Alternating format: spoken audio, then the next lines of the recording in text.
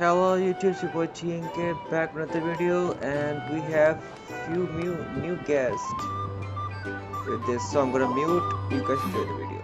This is a thorough plan, but I do have one last question before we take action. How can we be sure that our enemy won't leave the designated area? Great question. Albedo's been hard at work analyzing Wayfarer and the Wild Hunt's behavioral patterns. His conclusions are as follows. Firstly, from the earliest known confrontation until now, Wayfarer has never displayed any ability to manipulate the dimension of space. So it's unlikely he has any power in that domain. Secondly, he seems to have a particularly strong vendetta against our group. If we put him in a fight-or-flight situation, he'll choose to fight every time.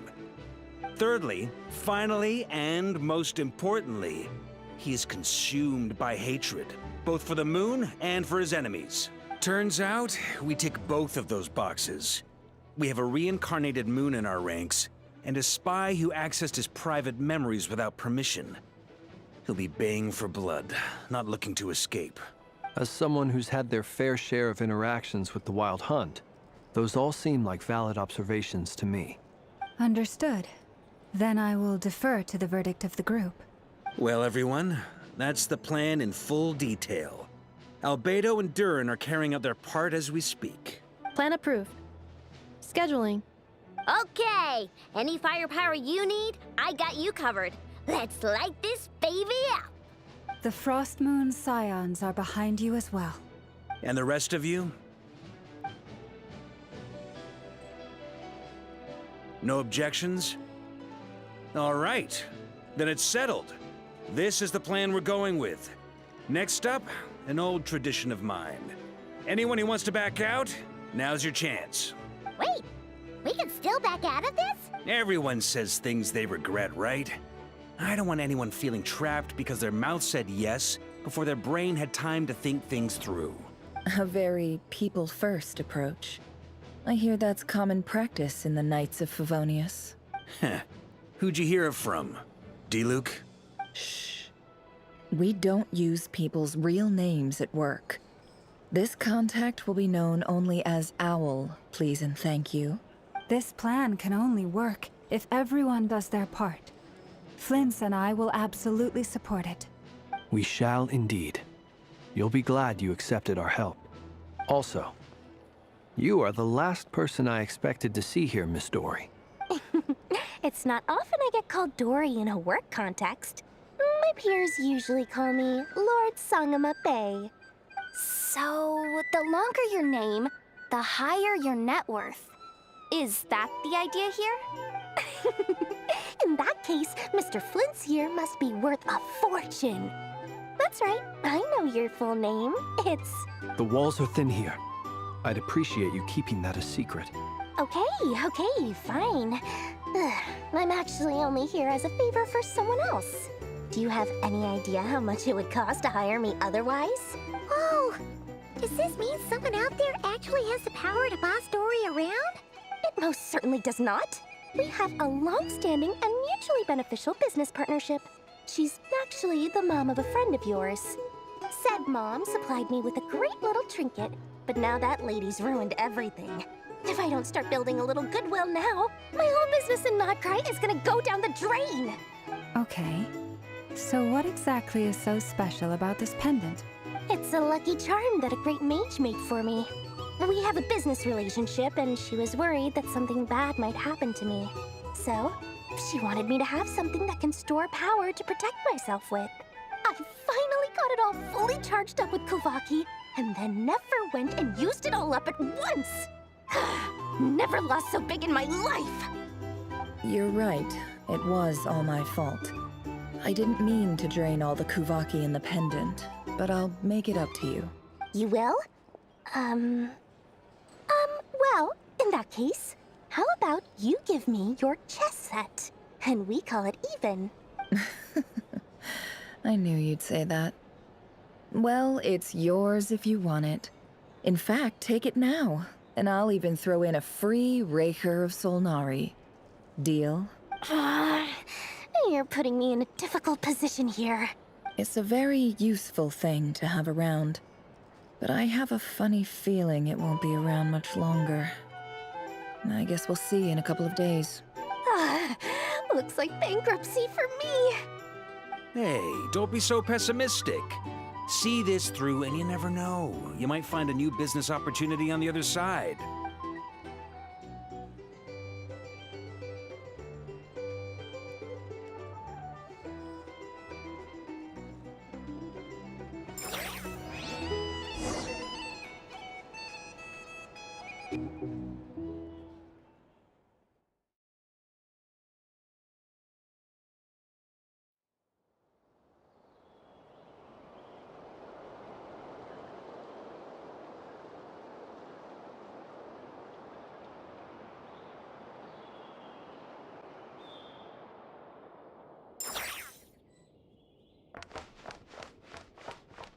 Merciless.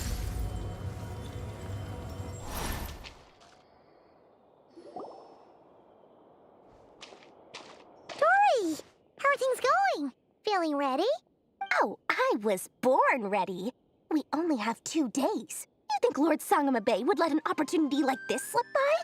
Don't forget, when something's in high demand, the people with the goods on hand get to charge the highest price of all. Even higher than the sellers taking advance orders. Ta-da! See? It's right here! Oh, it's so pretty! Did you make it? No, I have a supplier. We go way back, so he made me a very attractive offer. Aha! No wonder you were talking about Lucky Charms at the meeting. You've been getting Kave to make them for you. That's not the full story. It actually started a while back as a project between me and the Dendro Archon. Mage Alice once warned me that this world won't stay safe forever. There may come a day when everyone faces a great crisis. I passed this on to the Dendro Archon, and she secretly brought together a research team made up of Sumeru's top scholars to invent a technology that could keep people safe. I won't go into the details because it's all very complicated, but if you want to know more, you can ask the Dendro Archon about it sometime. Anyway, point being, it was the Dendro Archon who asked Kave to build this little contraption. As one of the top Kasharawar talents, he was the obvious choice. Took him long enough. He stressed over it for ages. Must have gone through at least a dozen designs before producing a final product. But that's Kave for you. Marak delivered it to me a couple of days ago, along with a letter from Kave. Could I ask why I'm sending this technology to you? And what's your proposed use case? Has it been approved by the relevant authorities? So nosy. My fault for sending him the research permit to begin with. Surely Nahida must have told him you were involved in this project. He was probably just nervous because you're always so secretive about your business. Could be, could be. Anyway, I just replied, let's hope there never has to be a use case, because it would involve grave danger. Fair enough. But it sounds like he was just being cautious. He probably felt responsible as the one who made it. Or maybe he was asking as a favor for his housemate. He's done that before. Not sure why, though. His housemate doesn't seem to really care that much about this kind of stuff. Either way, all's well that ends well. I'm just glad to finally have my hands on the product. I wouldn't want to be without it, given the potential dangers that lie ahead. Huh? What does that look mean? Paimon's just super surprised. This must be the first time we've ever seen you actually get serious about something. Well, a long time ago, I made a promise to myself. I promised that I was gonna live every day of my life with a big beaming smile. Obviously, Mora plays a big part in that. But there are always gonna be times in life when you have to give something back. That could mean paying back a debt, returning a favor, or showing some kindness. Alice has been a huge help to me over the years. She was the first investor I ever had. And I want my investors to know that Lord Sangamabe is the best in the business. And more than that, no one knows what the future will bring. Whatever happens, I want to make sure the Dendro Archon and all of Sumeru is prepared to face whatever comes. Oh, that? I was just making sure Nefer and I are square. Don't be thinking it was some sort of benevolent act. I'm no saint, so don't treat me like something I'm not. My priority is doing the business that I want to do. So long as my conscience lets me, but it usually does. That's the Lord's Song of a Babe business model. All right, if you say so. I do say so, and that's the whole point. I'm a businesswoman. Don't go trying to figure out what kind of person I am. You'll exhaust yourself. Much easier for everyone involved if you just take my word for it. Oh, and could you two help me get this stuff where it needs to be? Thanks so much. You're my favorite assistants.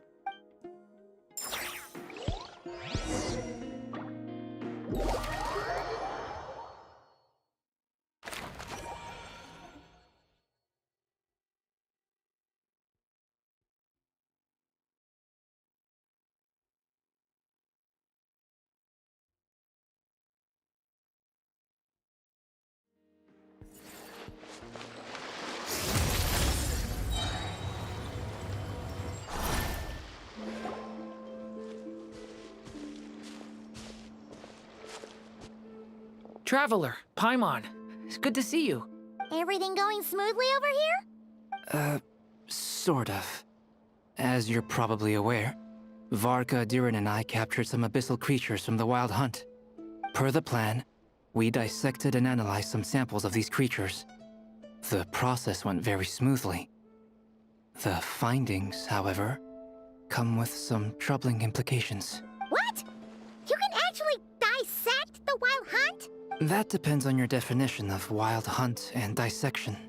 Harmless, lifeless. These words are accurate descriptions.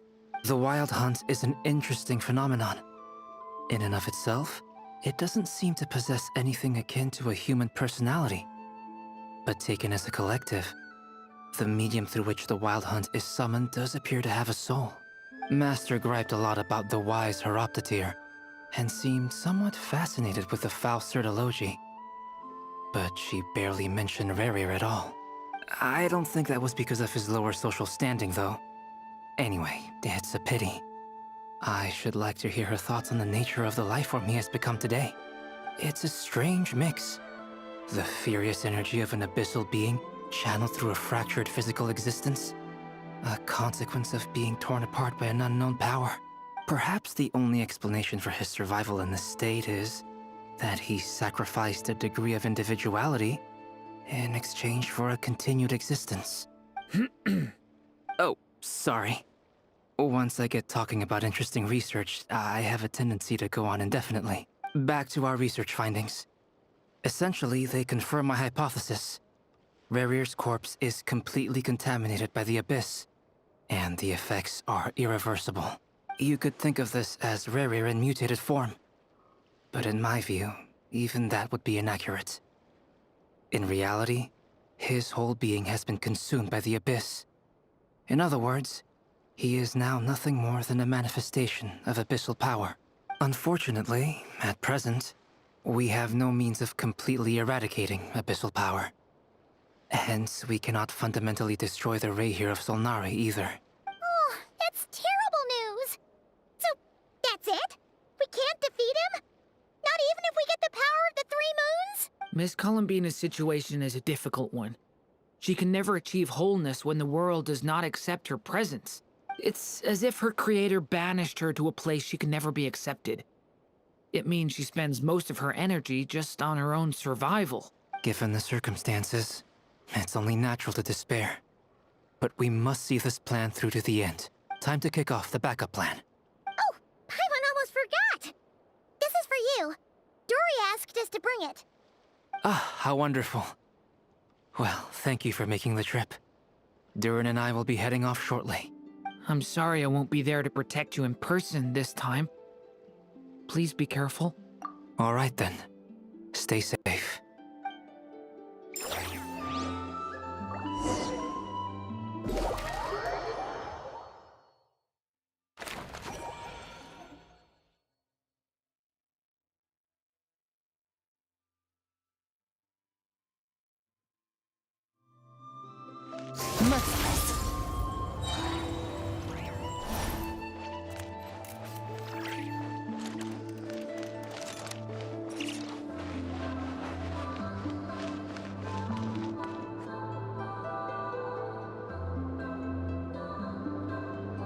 Miss Lauma, is everyone here?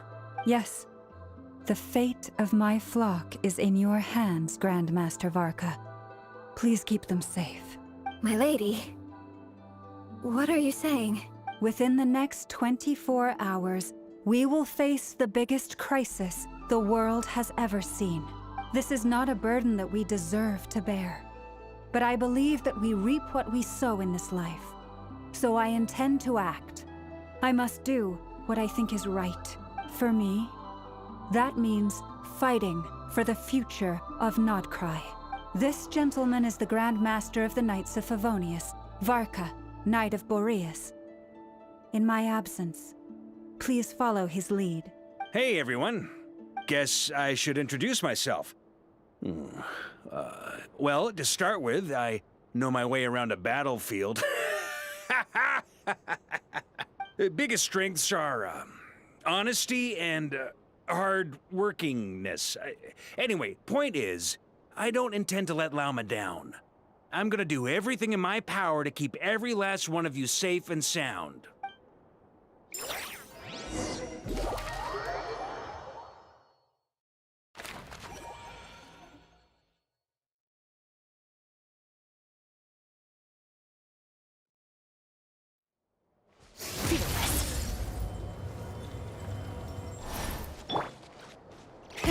Rev the engines!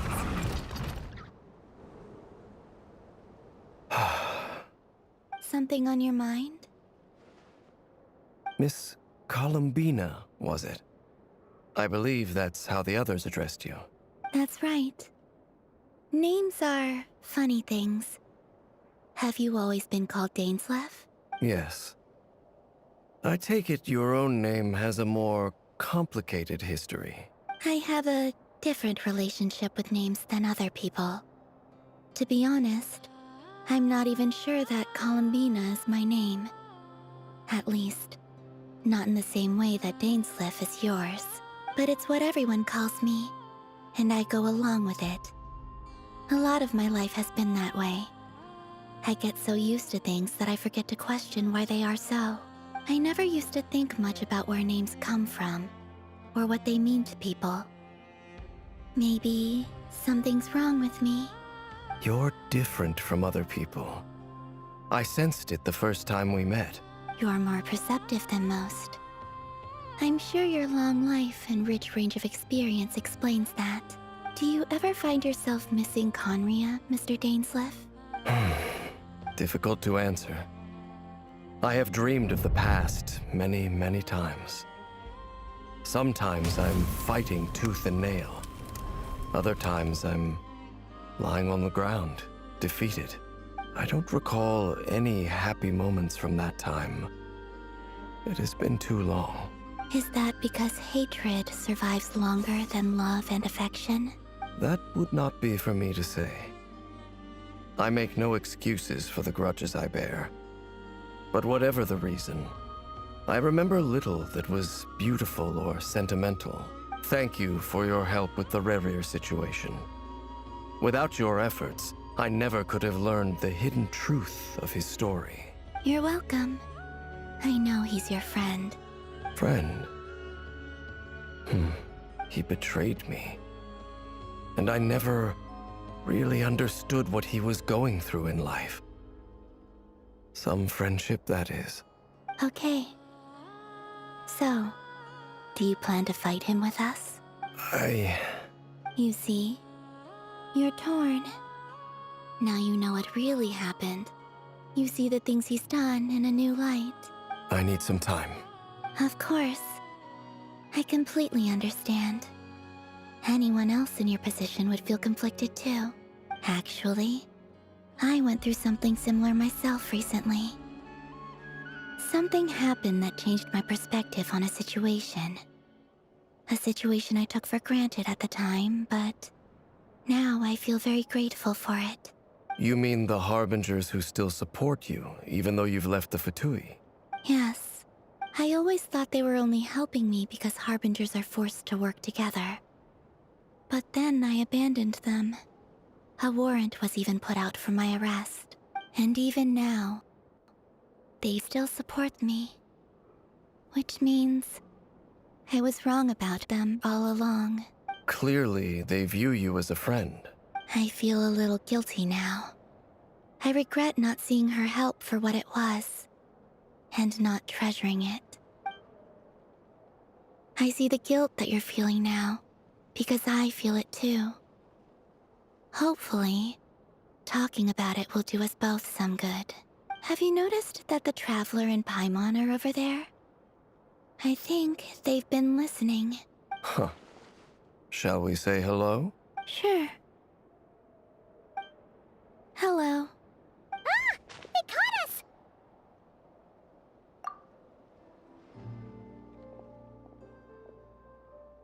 I apologize for making you worry. No doubt you wish to know where I stand on the plan to take down the Recher of Solnari. I'm afraid I need a little time, but I will seriously consider joining you. You will? Oh, thank you so much! Everyone will be so grateful to hear that! They needn't be. This was something that I was going to have to face up to eventually. That doesn't matter to them. They're grateful to you regardless. You can't control their gratitude, so just accept it. And then, have a think about whether you're willing to join us.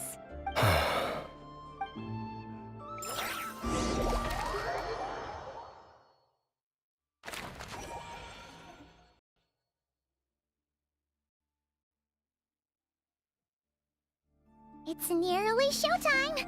Let's go rendezvous with the others. You know the place.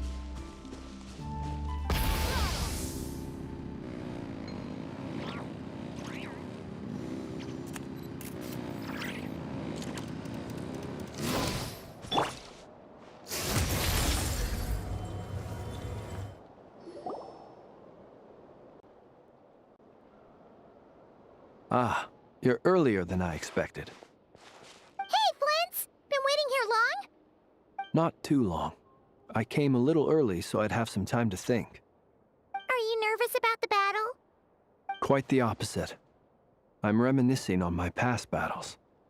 When I was awakened by the Ratniki, I had not touched a weapon in many years. I felt like the battlefield was not where I belonged. But after waging war against the Wild Hunt for so long, I came to realize something. A life of absolute peace is simply not a possibility for me. My restless flame indicates that somewhere inside of me, there is a deep yearning to root out the evil in this world. Oh, that doesn't sound like such a bad thing. Well, in the past, when I was a Fae whose primary concern was hibernation, it was hardly ideal. But it certainly serves me well here in the present. And I am delighted to be able to join forces with you in this endeavor. Looks like I'm not the first to arrive. Ah, Miss Lauma. Did you sleep okay last night? I struggled to settle down at first, because of the nerves. But don't worry. I got enough sleep in the end. I'll be just fine. Please, I'm just doing my part. Never! Over here! Aino asked me to relay a message. She said Anefa will be on high alert and keep a close watch over all secondary districts where defense is required, providing support as necessary. Meanwhile, Aino herself will provide range support to us directly, using her latest invention. Excellent. My thanks to all involved. The chess set's looking a little unstable. It won't hold him much longer. We should be prepared to engage at a moment's notice. No sense sitting around waiting. Let's make the first move while we still have the option. I agree. Paimon, find a safe hiding place. Got it! Be careful, Traveler! I will.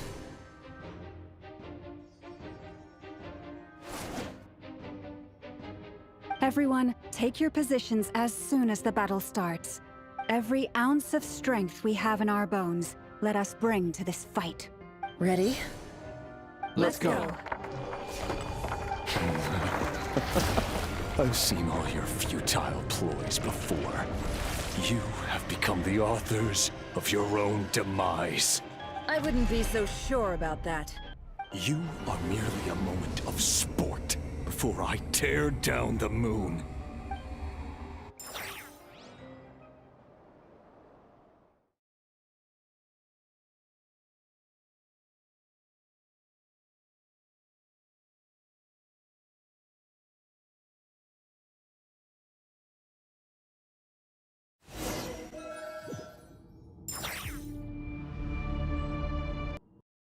Stay on your toes. Yep, you too. Hide the truth. Leave this place. Observe. Be steady now. Pathetic! Are you quite finished? Close your eyes.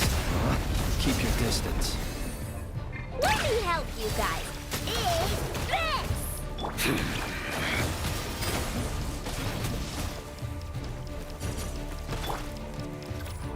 No more lies.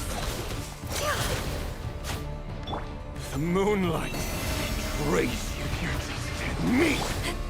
Observe.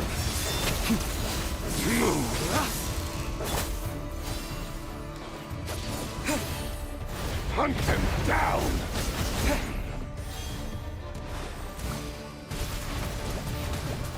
You're just dead meat! Can't hide the truth. Seek within. Forest, protect us for the everlasting forest. Close your eyes. Be silent. To dust. Hunt them down! Close your eyes. To dust. Pathetic!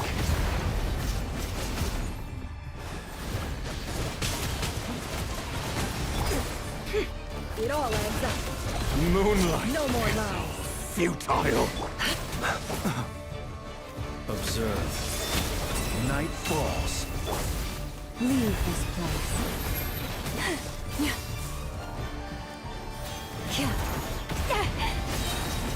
By the frostmoon of old. It began with the moon, and so shall it end. The moon will protect you.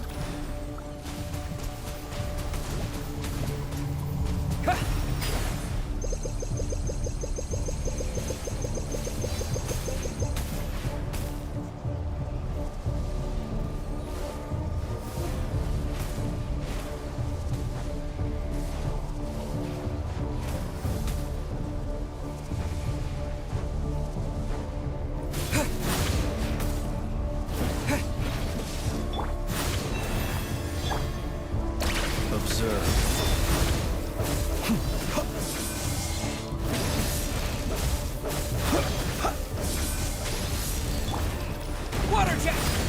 What?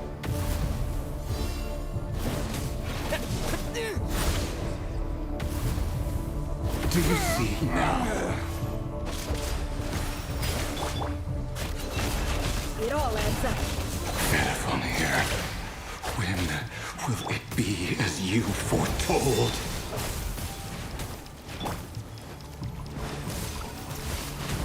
Water jet!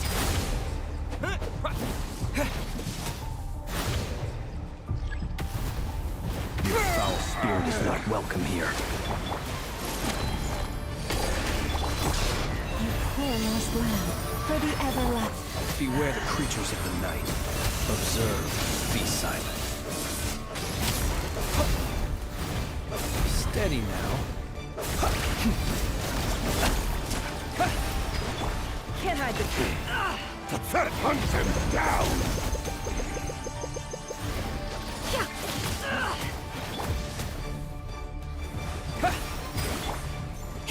Forest, protect us. No more lies. Meat! Can't hide the truth. The moonlight! By the frostmoon of old. The mystery unravels. Futile! Close your eyes. Fear the dark. Observe.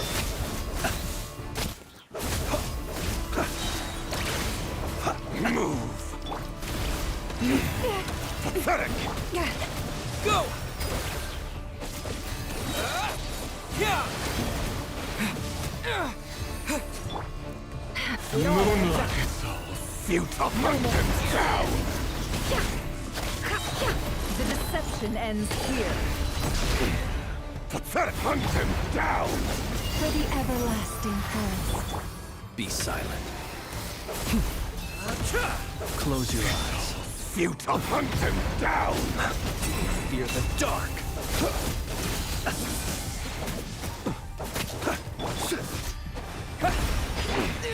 Pathetic!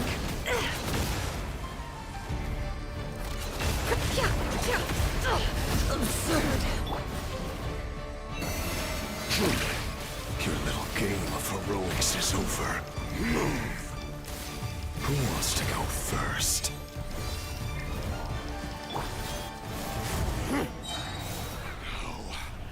Get out of my sight! No! We've been separated! My grasp! You okay? Never! Where are the others? Stuck outside the barrier. I guess he really doesn't like us. Destroyed! Damage and reborn! Knowing too much is always a death sentence! Be careful what you wish for.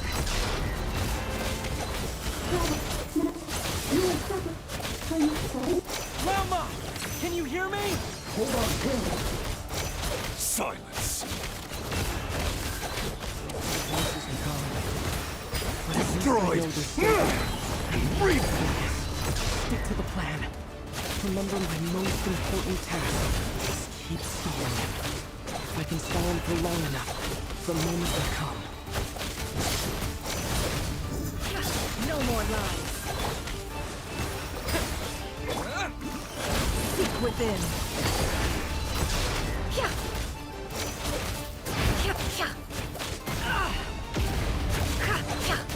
Can't hide the truth. Go!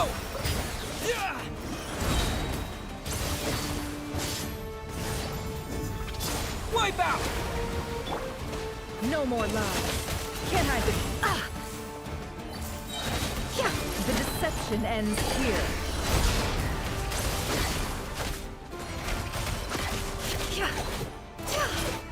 No more lies.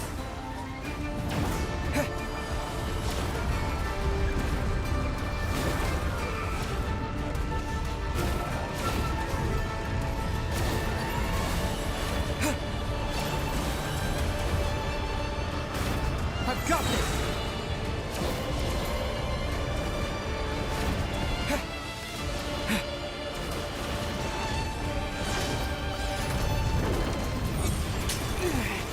How much power will it take? Can't keep this up!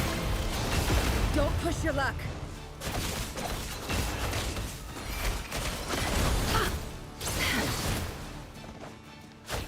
It all falls into place. The mystery unravels. Can't hide the truth.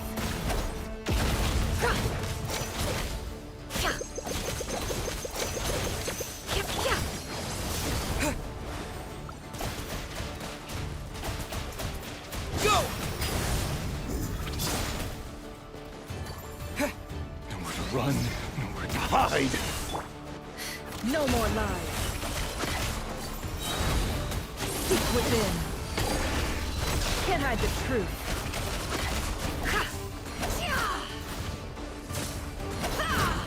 No more lies.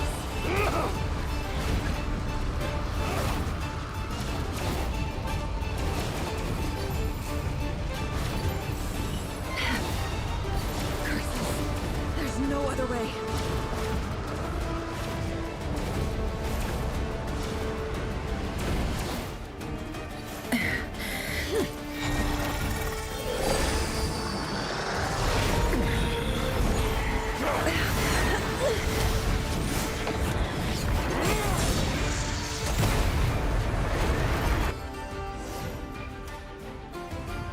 The only way to defeat Rarer is to borrow his own power. That means Columbina will have to disappear while you two bear the brunt of his attacks.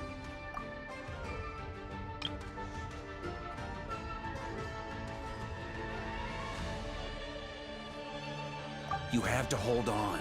Find a way to keep him focused on killing the two of you.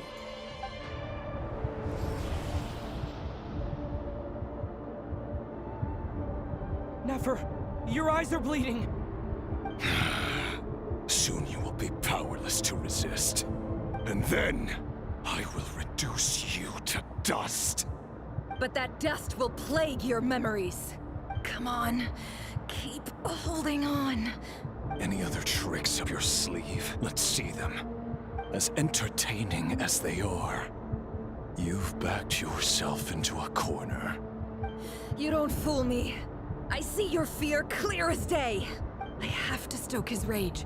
Make him unleash everything. You fear what you could never defeat. You fear the thought of never being able to save your beloved. You cannot win the fight against fate, Rerir.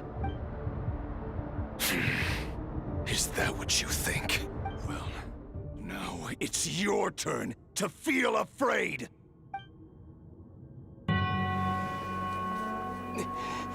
You fear the sound of your own name? Is it us you hate? Or is it what you've become?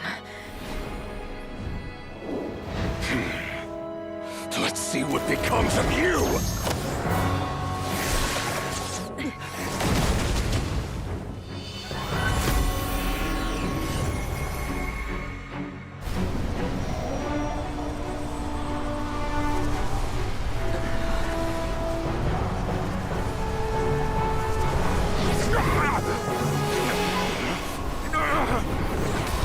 What's happening? That power. I've seen it before.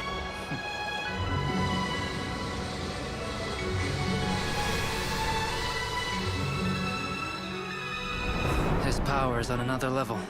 We'll need to use an alchemical array to convert his power into a usable form. Then quickly channel it into Columbina, rendering her powerful enough to compete with him. I'll join you. I can help. If I release enough abyssal energy into a confined space, it'll create a potential difference, allowing us to extract a huge amount of elemental energy.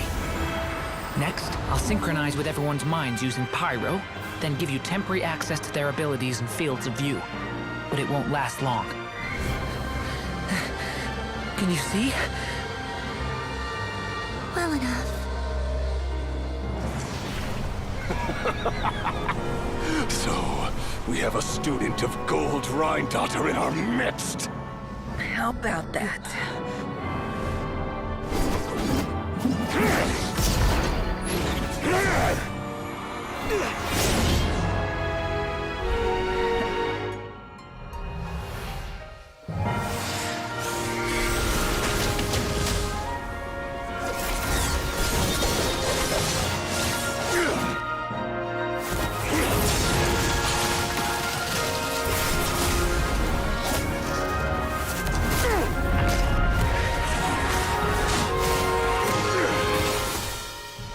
You use my own power against me? Just like how you stole Kuvaki. Look familiar?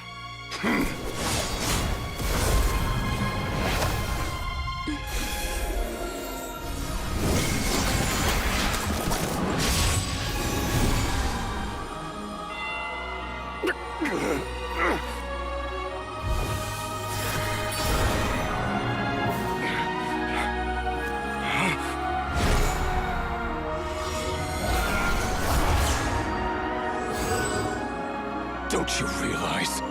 You don't have the power to hold that gate open. I don't, but someone else does. Goodbye, Rerir.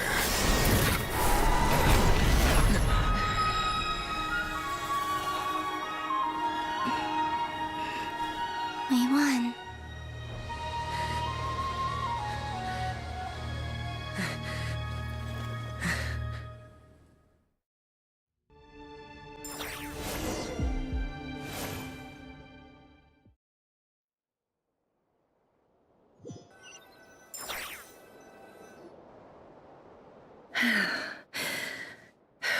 Nefer, how are your eyes?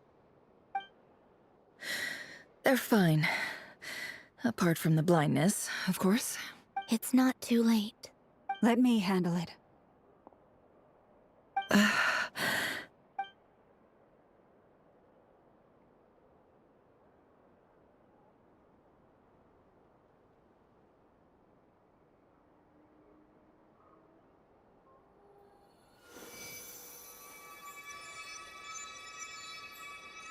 Miss Nefer. It's not like you to lose your composure. That was the most reckless thing I've ever seen you do. Reckless how? The situation was critical. Our lives were at stake. We had to do something. Even so. Okay. I guess you're right. Under the circumstances, it was a wise decision.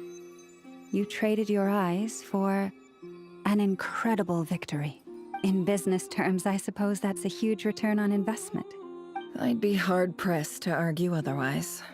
Still, I don't like this outcome, and I don't want you to lose your sight for good. People suffer when they make sacrifices they shouldn't have to make, whether that means faith, strength, or in this case, your ability to even see. I had hoped you could win without sacrificing so much as a single hair on your head. Thank you. Really. All done. Don't try and open your eyes just yet. We'll see how you're doing in a couple of days. Until then, please follow your recovery plan to the letter. I'll send full details through Yehoda. For now, just get yourself home, relax, and rest. My dear friends, we have fought bravely and achieved a spectacular victory. A dark cloud has been lifted from the skies of Nodcry. All in this land will be grateful for what you have done. The moon will remember this day.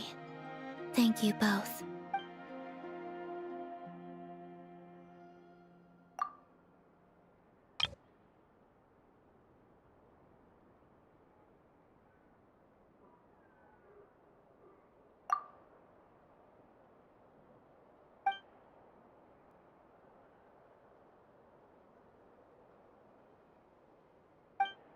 There's something I want to let you know. What is it? When Durin connected everyone's minds so I could access their powers, I also felt everything they felt. And since Nefer's eyes were injured, my eyes are hurting now too. Huh. Hold on. Let me try. I only feel the pain. There's no actual damage. I just thought I should tell you. You're right. There's no damage. That's a relief. But I must say, I'm surprised to hear the Kutar share something like this with me. In the past, you never used to open up about yourself. Things are a little different now from how they were. I'm learning to share how I truly feel with my friends. Friends? You have no idea how glad I am to hear that.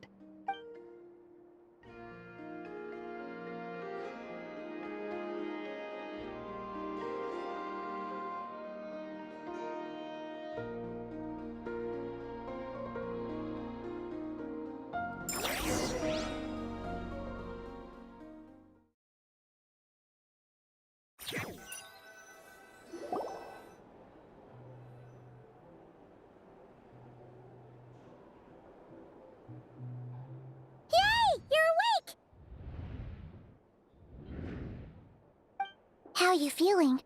Any aches and pains? Did you sleep well? I'm doing all right, Paimon. No need to worry about me. Phew! Well, that's good.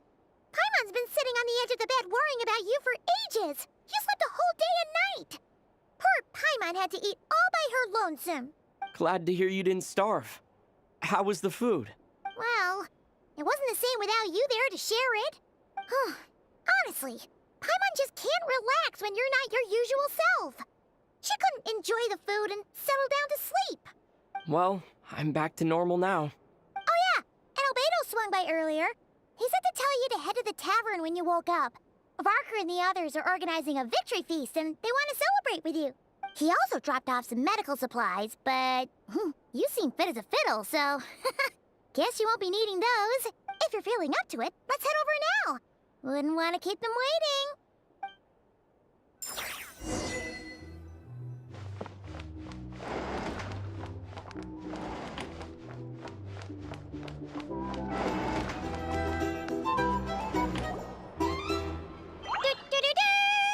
We're here! Oh, Traveler and Paimon! Perfect timing! We were literally just saying how there's no way we're holding this victory feast without you any longer, and we would have postponed it till tomorrow. How are you feeling today? Much better. Thanks. Don't worry about me. Relieved to hear it. If that changes, just let me know. Happy to check you over at any time. Yep, we're here for you. Anything you need, just let us know. Oh wait, where's Nefer? How are her eyes doing? Nefer's right over there. I'm sure she'd love to catch up with you.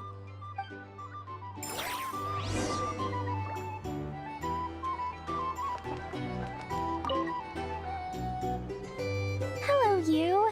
Recovered from the battle? Come on, what do you mean? Of course I'm gonna ask. I care about my friend's well-being. And we are friends, aren't we? Get yourself a drink. You've more than earned it. In fact, today, your drinks are on me. Lord Sangamabe's got you covered. Wow, really? What about Paimon? Has she earned it too? Has she, please? Well, you haven't been through quite as much as the Traveler, but... what the heck, sure. Yay! Wow! Drinks on Dory! What a historic day.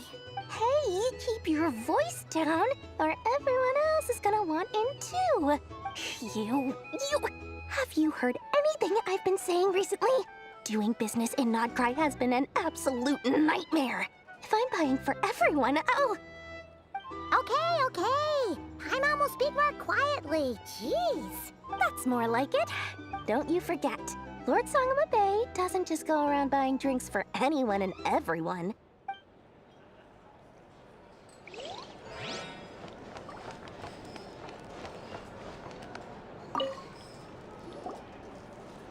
I thought of 1,000 ways to congratulate you, but now you're here, words are failing me.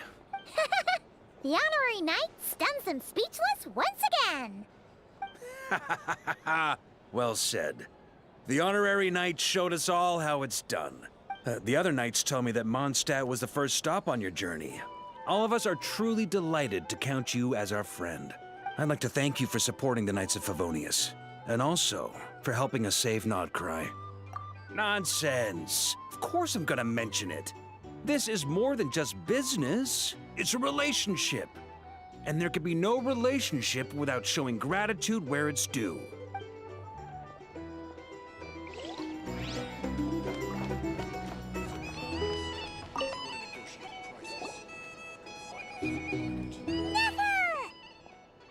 Traveler, Paimon, are you recovering well? Turns out that moon chanter has some real talent after all. My eyes were mostly recovered after just a couple days' rest. I can actually open them again now. Yeah, but you gotta be careful.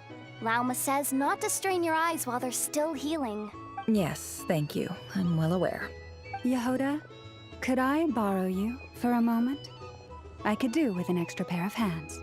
Oh, sure. Coming. Did you hear that? I gotta go help Lauma for a second. You guys chat among yourselves. I'll grab us some drinks on the way back. Paimon, you still like 'em sweet? You bet. Make it extra sweet, cause Paimon's earned it. Sure thing.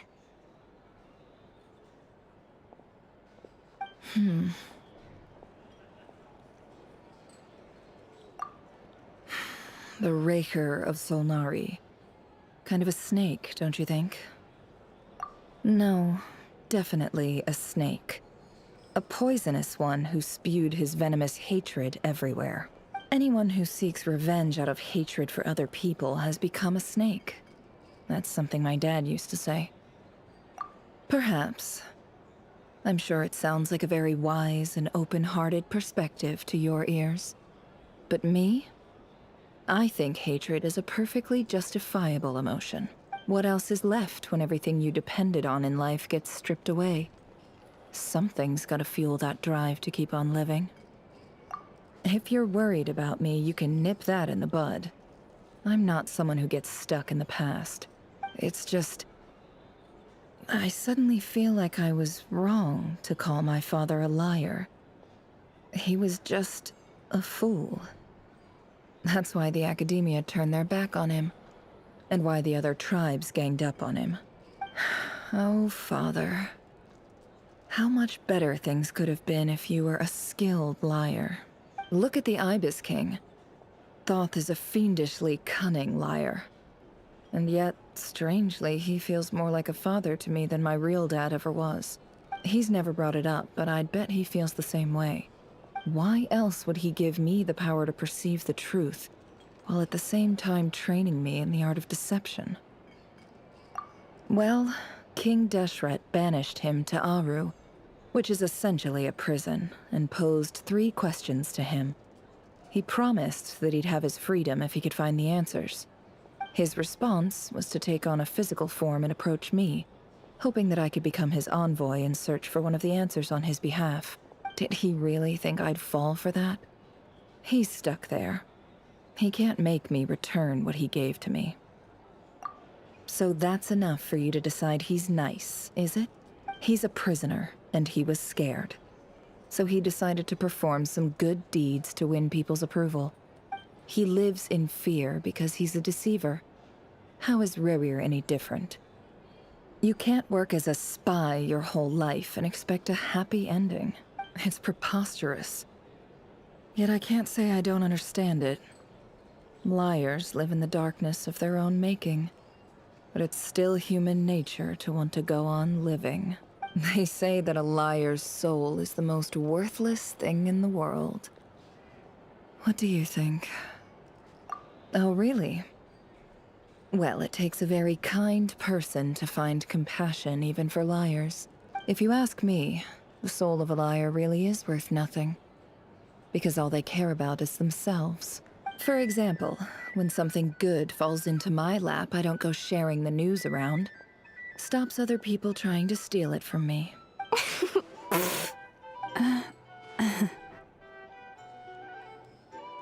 So be it. They have sharp ears. I can't keep anything from them. Oh, is that what it looks like? Well, you all know my past now. And I can't simply eliminate everyone who knows too much. So I guess I just have to put up with you. For the foreseeable future, at least. When you find yourself in a situation you can't control, the safest play is to keep calm and start monitoring everyone involved like a hawk. In the intelligence world, you need to have a sense of perspective and play your hand accordingly. If you understand what's at stake, please ensure my secret is safe with you. I trust you'll respect my wishes as a friend. But don't forget, I will also be watching you like a hawk. Very good. Oh, wait! Now that the panic's over and we've all calmed down, Paimon suddenly remembered something. After all that build-up, our mystery ally never showed up even once.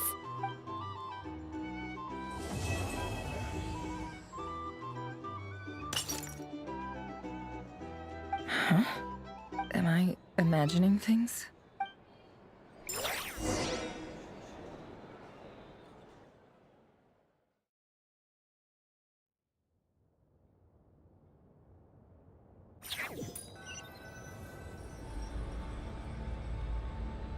So, that close colleague who stayed behind with you? What's he been up to recently? Don't know, don't care. I get more normal human interaction from hanging out with Bosco too than him. Although, now you mention it, he hasn't bothered me in a while. I wonder if... If he's disappeared without a trace, it's the biggest gift he ever gave to the world. But I somehow doubt that's what's going on. He won't lie low forever. So we'd better stay on guard.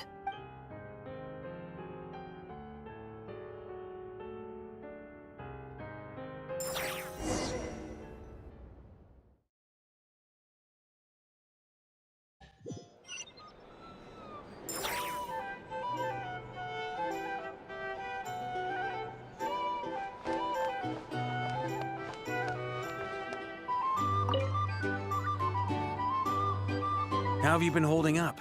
Any adverse reactions? If you start to take a turn for the worse, make sure you tell me right away. You don't need to worry about me, Grandmaster. I'm fine. I mean, I barely did anything, so... What? You're too humble, young man. You played an indispensable role in the battle for Nodcry. We can't thank you enough for your support. Sometimes, when people praise you, it's because you deserve it. The best thing is to accept it calmly and with grace.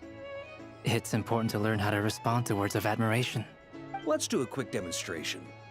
Albedo, that was an incredible feat of alchemy. The pressure was on, but you worked flawlessly at lightning speed to get the job done. Thank you. I can't take all the credit, though. Durin played a big part in forming the alchemical array. See? Did you catch that? A masterclass in how to take a compliment. Okay, yeah. I did work pretty hard to help prepare for the battle. No point denying that.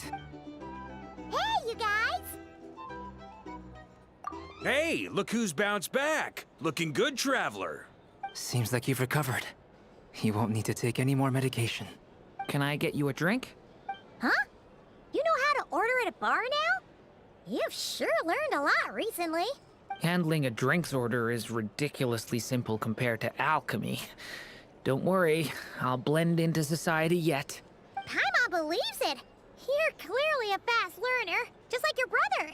To be totally honest, though, Paimon didn't quite follow all the details when you first explained the plan to us. Don't worry, that's completely understandable. Unless you're a student of alchemy, it's hard to grasp the principle and how the process works. To put it in the simplest terms, we saw how our enemy stole the power of Kuvaki. And that gave us the idea of stealing his power to turn it against him. When facing an enemy you have no hope of defeating, it's best not to engage them in battle. So, instead of looking for a way to overpower him, we decided to help Columbina get strong enough to at least stand up to him in a fight. For this to work, we had to analyze his modes of attack, confirm who his main target was, and make sure that he wouldn't go beyond the range of the alchemical array. For added security, we prepared a total of 4 arrays. But to mitigate the impact of the battle, we identified one location in particular as the ideal spot, which is where the confrontation took place. The alchemical array absorbed his abyssal power. Then Durin processed it to render it usable by Columbina. That power enabled her to do what would otherwise have been nigh on impossible. What surprised me was that Dainsleif actually agreed to join us. Given his history with Rerir, he had every right to sit this one out. But we're extremely grateful for the decision he made. It must have been a painful choice to make. But I'm sure that making a decision was far better for him than staying in limbo. Absolutely. He was torn between 2 paths, but in the end, he made his choice and stuck to it resolutely. He doesn't strike me as the sort of person who'd stay trapped in limbo for long. Anyway, however you cut it, everyone gave a stellar performance. And now, it's time to kick back and celebrate.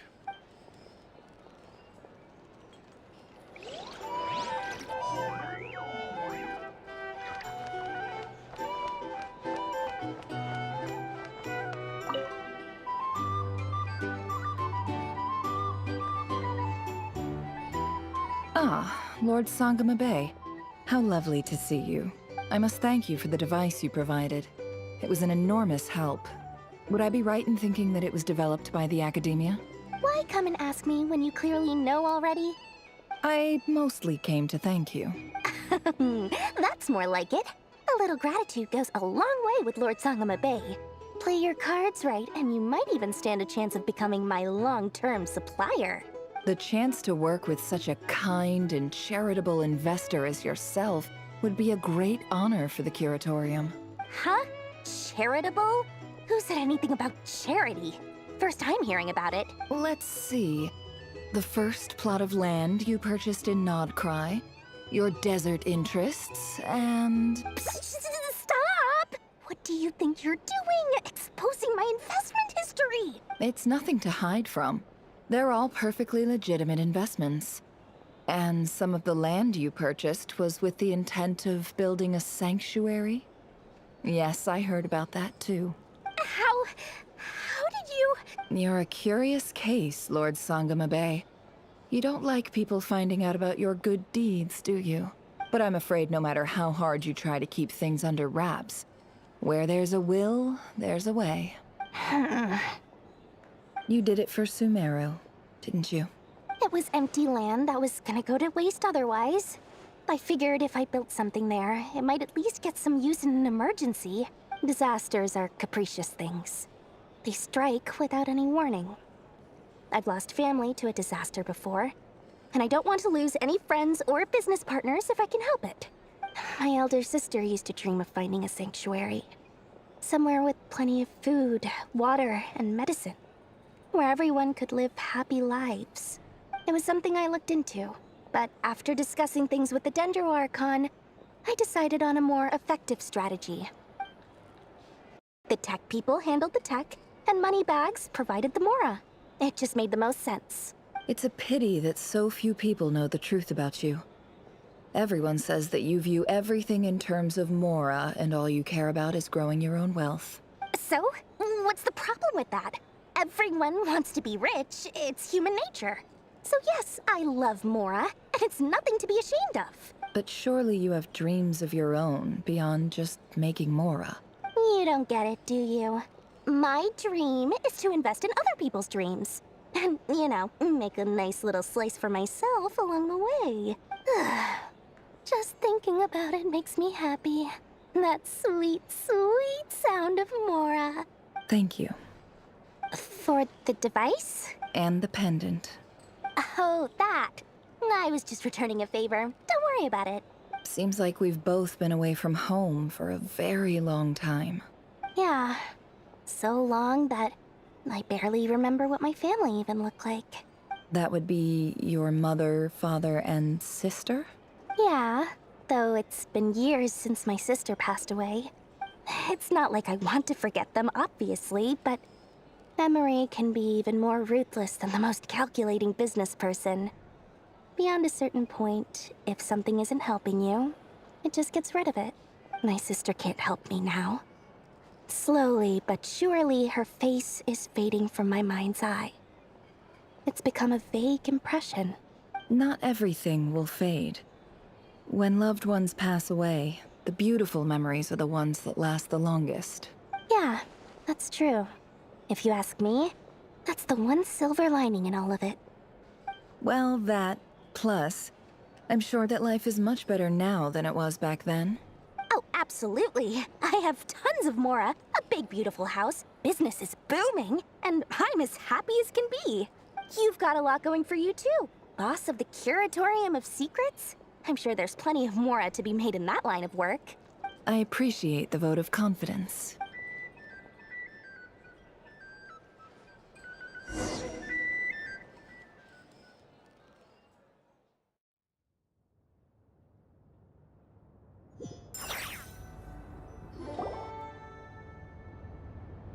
That's the only reason you're here.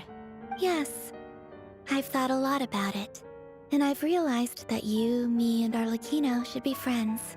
I think this is very important. So I felt I had to come and tell you. Well, this is a new one. I'm so moved. I can't even hold my teacup. If that's all, you can leave now. Do you not want to be friends with me? Or is it that you prefer being co-workers? What is this, Columbina? Are you deliberately testing my patience threshold? Right now, my politeness module is active. But if you say another word, I swear I'll shut it down. If your politeness module was active, wouldn't you say the word please at some point? Polonia, please see Lady Columbina to the door. Will you still invite me to your next tea party? What? Yes, I think you will. Bye-bye, dear Sandrone.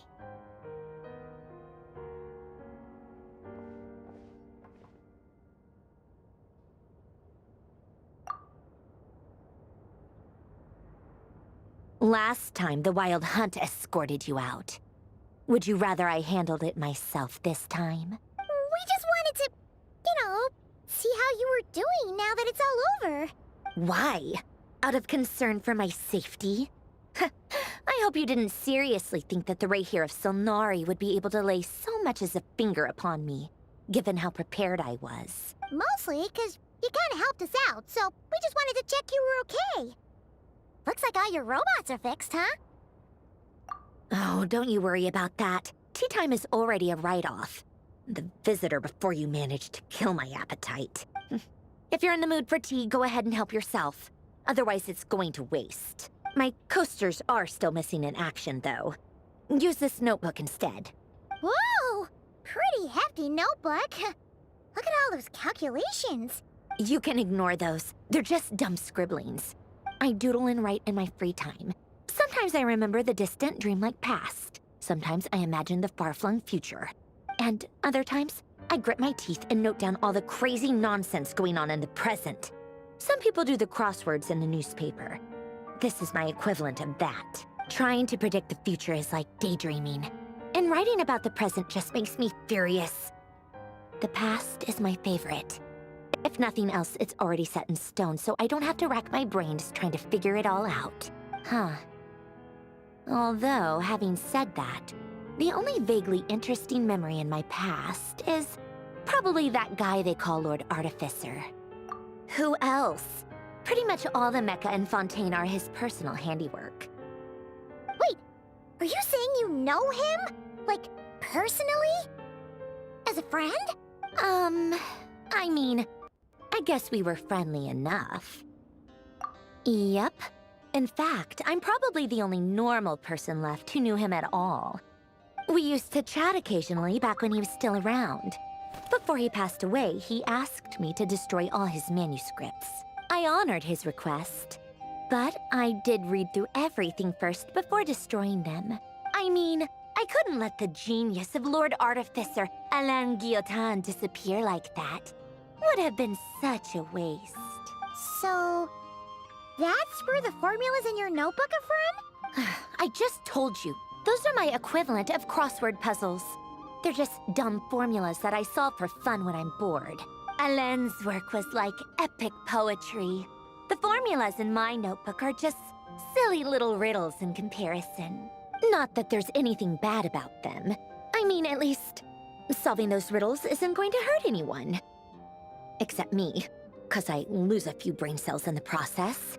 Anyway, while we're on the topic, I might as well tell you about what happened to him and his friends. Alain Guillotin had two close buddies, Renee and Jacob.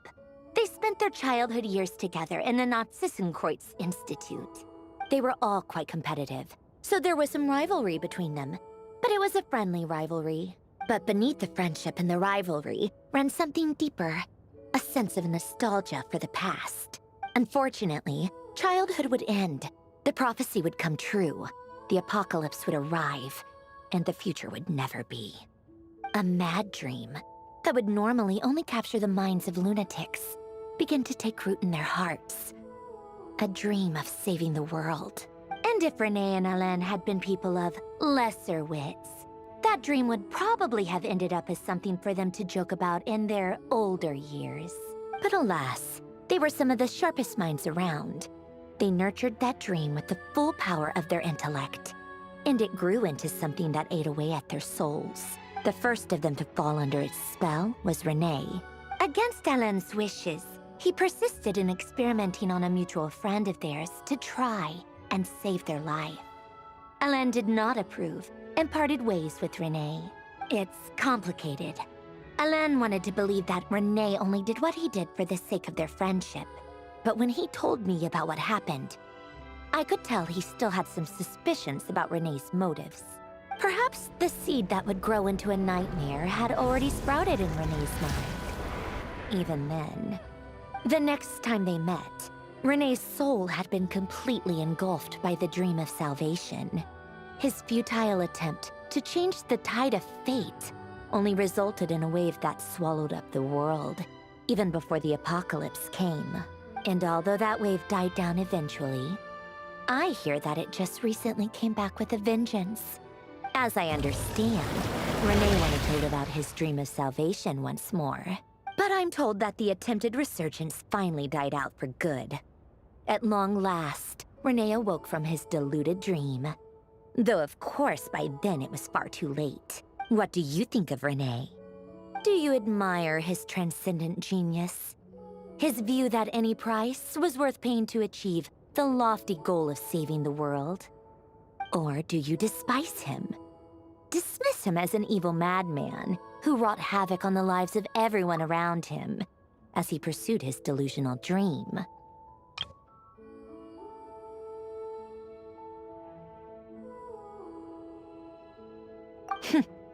Same difference, really. Just a matter of perspective.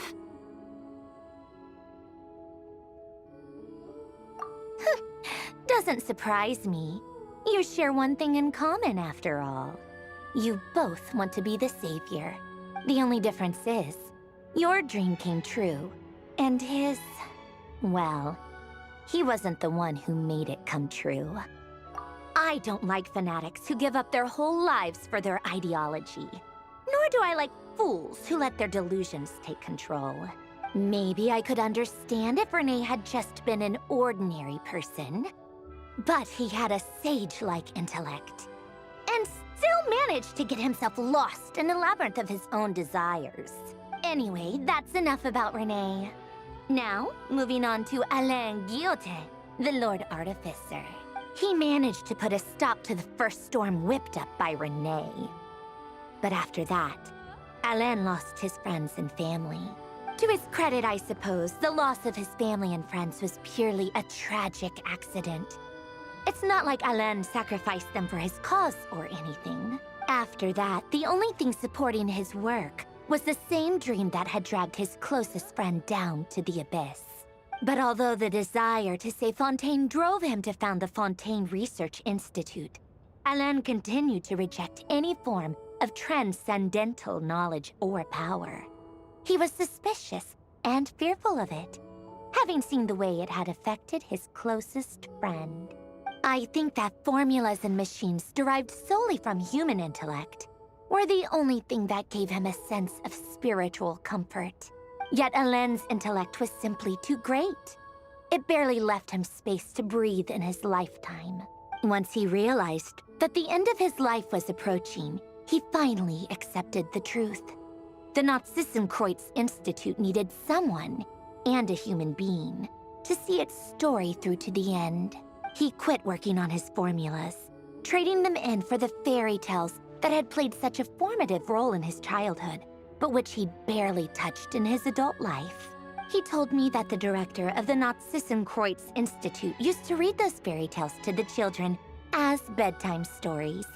Apparently, they worked wonders at sending kids off to sleep.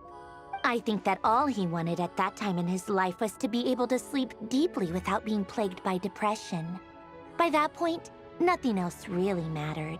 At the very end, he laid down to rest in the ruins of the former Nazissenkreuz Institute orphanage, while the Fontaine Research Institute he had founded continued tirelessly with its work. Many years after that, tensions over competing dreams would once again cause a rift, this time between members of the Fontaine Research Institute. But the actions of those fools had nothing at all to do with Alain. And that is the story of two people from the Nazissenkreuz Institute who both wanted to save the world. One went all in on his fantasy of salvation without ever looking back, and ended up calmly sinking to the bottom of the deepest sea. The other sought desperately to burn bright in his life, even though he wasn't sure where he was going. I do sometimes wonder, why is it that people like them have such grand hopes of saving the world? Even the grandest tree starts as a tiny seed. So perhaps, for each of them, their mission to save the world began with a very simple desire: to save themselves. They were young children with friends and family who mattered to them, desires to explore the meaning of life, ambitions to have a successful career. They didn't want to see all of that taken away in one fell swoop. Or maybe they just wanted to find something to anchor themselves within the chaos, to stop them getting quietly swept away by the storms of life. But instead, the search for their own salvation took them down the rocky road laid out by fate. Do you think the desire to save oneself is enough of a justification to try and save the world? The way you said that sounded just like Alain. I asked him the same question back when he was in his prime. putting all of his energy into his work. He gave the exact same answer as you did. No elaboration, just a quick short answer before getting right back to his work. He was always that way. All right, tea time's over. I owe Arlecchino a favor for telling me these stories. I'll have to bring a whole sack of gifts the next time I visit the House of the Hearth. I'm gonna go tinker with Polonia now.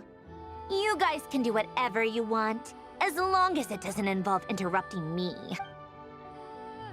Polonia, exit hibernation mode. Begin diagnostics.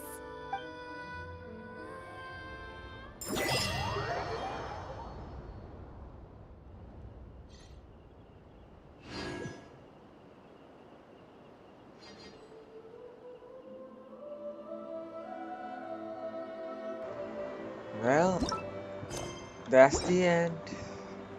It was a long journey. It was an interesting journey. I enjoyed it. Let's get all of this, I suppose. Well guys, it was a pleasure.